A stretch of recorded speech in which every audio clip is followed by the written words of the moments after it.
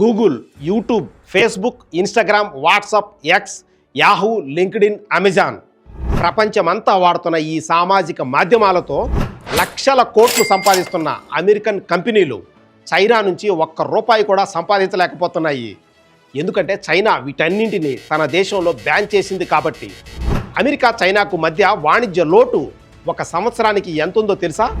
296 billion డాలర్లు. మన రూపాయల్లో చెప్పుకుంటే అక్షరాల 25 లక్షల కోట్లు. ప్రపంచం మొత్తం చైనాతో ఎదుర్కొంటున్న వాణిజ్య లోటు ఎంతో తెలుసా? 876 బిలియన్ డాలర్లు. మన రూపాయల్లో చెప్పుకుంటే అక్షరాల 73 లక్షల కోట్లు. అమెరికా అధ్యక్షుడు డొనాల్డ్ ట్రంప్ చేస్తున్న పన్నుల పోరాటంలో న్యాయం ఉందా లేదా? దోస్తాం నమస్కార్. చైనా కంపెనీలన్నీ అమెరికాలో వ్యాపారం చేసుకుంటాయి. అదే అమెరికన్ కంపెనీలు చైనాలో వ్యాపారం చేయాలంటే 1,00,000 ఆంక్షలు. చైనాది పేరుకే కమ్యూనిస్టు దేశం. మానవ హక్కులు అణిచేయటం, మేధో హక్కులు దోచుకోవటం, చిన్న దేశాలను అప్పుల పేరుతో లోబరుచుకోవటం. చైనాది పక్కా వ్యాపార విస్తరణ దేశం. అమెరికా అండతో, అమెరికా బలహీనతలతో ఎదిగిన చైనా డొనాల్డ్ ట్రంప్ దెబ్బకు ఇప్పుడు పెడబొబ్బులు పెడుతోంది. అమెరికా పన్నులను ఎదుర్కోవడానికి ప్రపంచమంతా తనతో కలిసి రావాలని అన్ని దేశాలను చైనా బెదిరిస్తోంది. ప్రపంచ దేశాలన్నీ చైనాతో కలిసి ఎందుకు నడవాలి? మానవ హక్కులు మంటగలుపుతున్నందుక? ప్రపంచ తయారీ రంగం మొత్తాన్ని తన గుప్పెట్లో ఉంచుకునే ప్రయత్నం చేస్తున్నందుక?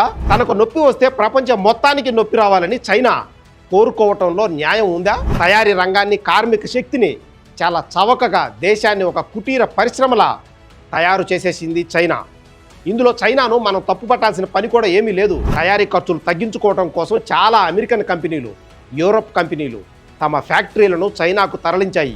సరిగ్గా దీన్నే క్యాష్ చేసుకోవటం మొదలుపెట్టింది చైనా. చైనాలో అంతా కమ్యూనిస్టు పార్టీ పరిపాలనే. చైనాలో ఏర్పాటైన అమెరికన్ ఫ్యాక్టరీల్లోకి ఉద్యోగుల రూపంలో చేరిపోతారు చైనా కమ్యూనిస్ట్ పార్టీ కార్యకర్తలు. ఉద్యోగుల నుంచి అమెరికన్ కంపెనీల టెక్నాలజీని కొట్టేసి చైనా కమ్యూనిస్టు ప్రభుత్వానికి, అక్కడి నుంచి చైనీయుల కంపెనీలకు టెక్నాలజీ చేరటం మొదలుపెట్టింది.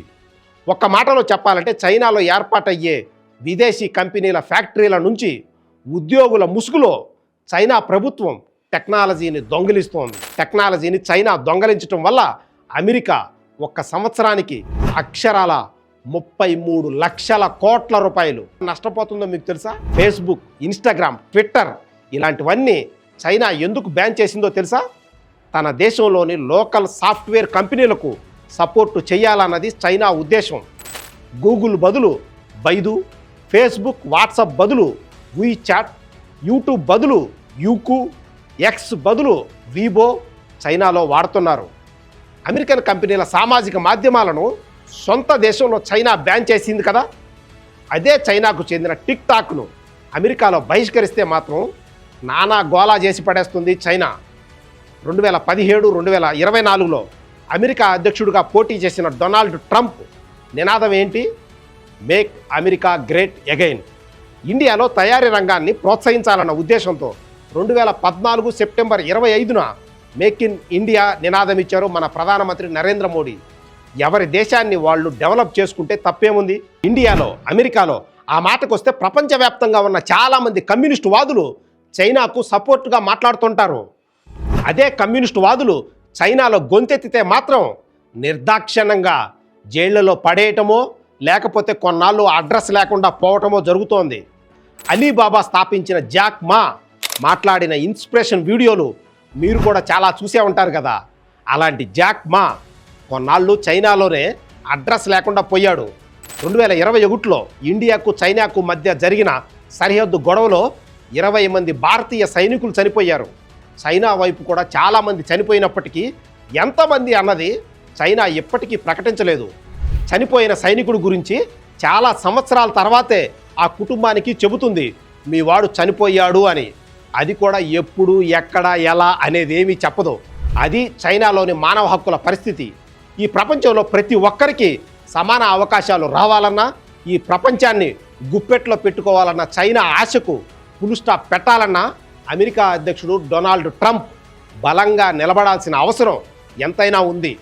చైనాను అమెరికా అష్టదిగ్బంధనం చేయకపోతే ఇండియాను చైనా ముప్ప తిప్పలు పెట్టడం ఖాయం.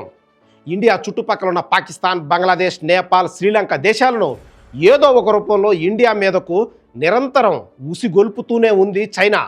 ఇండి చైనా బాయి బాయి నినాదం మన ఇండియన్స్ చెప్పుకోవటమే కానీ చైనా వాడు ఎంతసేపు నాకేంటి అనే గోలే. జర భద్రం ఇండియన్స్, చైనా వాడికి ట్రంప్ తాతే కరెక్టు. అందుకే ట్రంప్ తాత స్ట్రాంగ్గా ఉండాలని మనమంతా కోరుకుందాం. ఎందుకంటే మనకు మన భారతదేశం ముఖ్యం కాబట్టి. దోస్తాం, ధన్యవాద్.